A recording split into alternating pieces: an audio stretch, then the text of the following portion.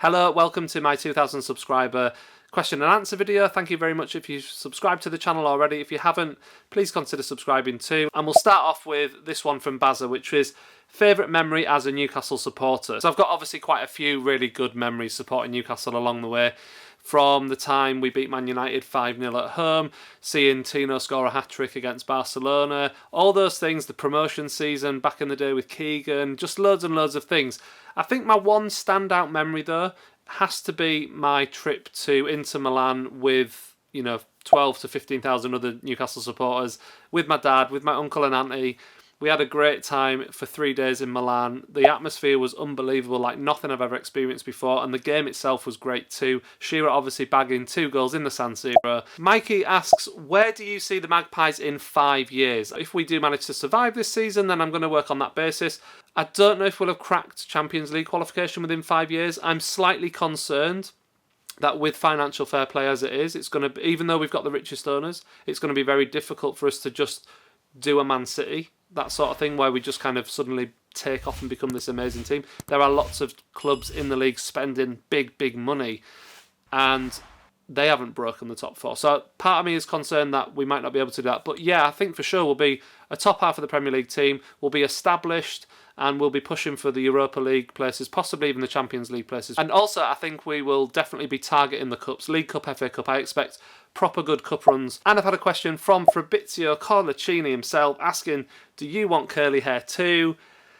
And the answer is, if I grow my hair long enough, it is curly. Not as curly as Fabrizio Collicini's hair, but yeah, my hair does go curly if I don't. That's why I have to have it short, because it just does my head in, because it gets really thick and curly. So I don't really want curly hair. That's the answer to the question. So in short, the answer is no, I don't. Connor says, what is my favourite home and away shirt? It probably comes as no surprise that my favourite home shirt is the classic Adidas kit from 1995. It's just the most beautiful kit ever. It was the first kit I ever had that had a name on the back. I had Ferdinand 9 on the back, and then of course Shearer came the second season, we had that top. Even now, just looks fantastic. It's probably one of the best kits Adidas have ever made. Favourite away kit?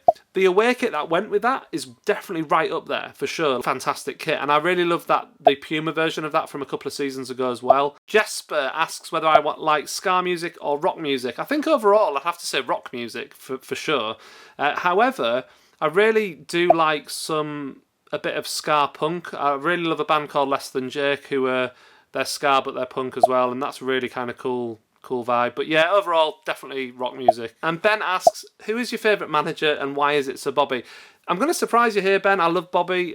What he did was fantastic, but my favourite Newcastle manager is Keegan. That first stint he did, not just because of the football we played, which was just unreal, but it's because of everything he did for the club. If it wasn't for Keegan doing what he did in 92 to 97, we wouldn't have got Bobby Robson, and the club wouldn't look like it does now. We owe Keegan so much as a fan base for what the club now is, that I can never look past him really as my favourite manager, and I don't know how anyone could ever replace him as my number one Newcastle manager, even if we won trophies and everything. I just think without Keegan, this club doesn't look like it does today, and we should never forget that. Ben asked this question: how do you get over the awareness of being on camera? He's thought about doing a boxing podcast but can't bear the sound of his own voice. Listen, no one likes the sound of their own voice.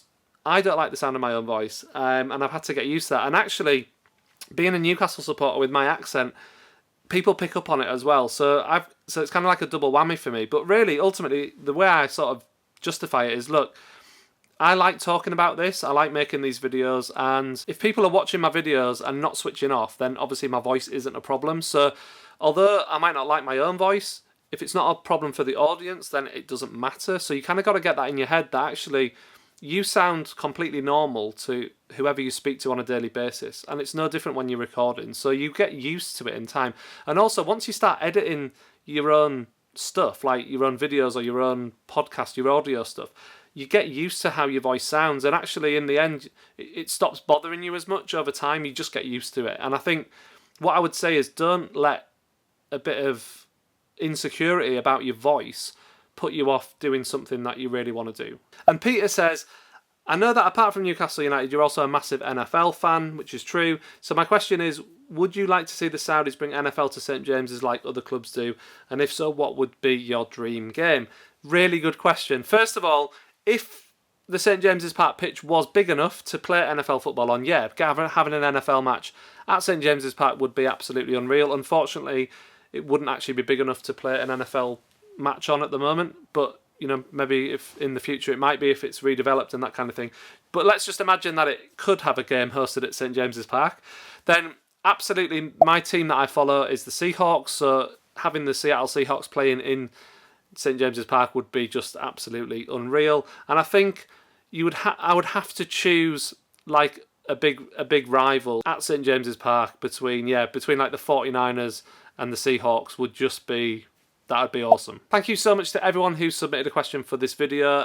Thank you again to everyone who subscribes to my channel and continues to support my channel by watching and joining in with the live streams and that kind of thing. If you haven't subscribed, it'd be fab if you could subscribe and check out my other videos too.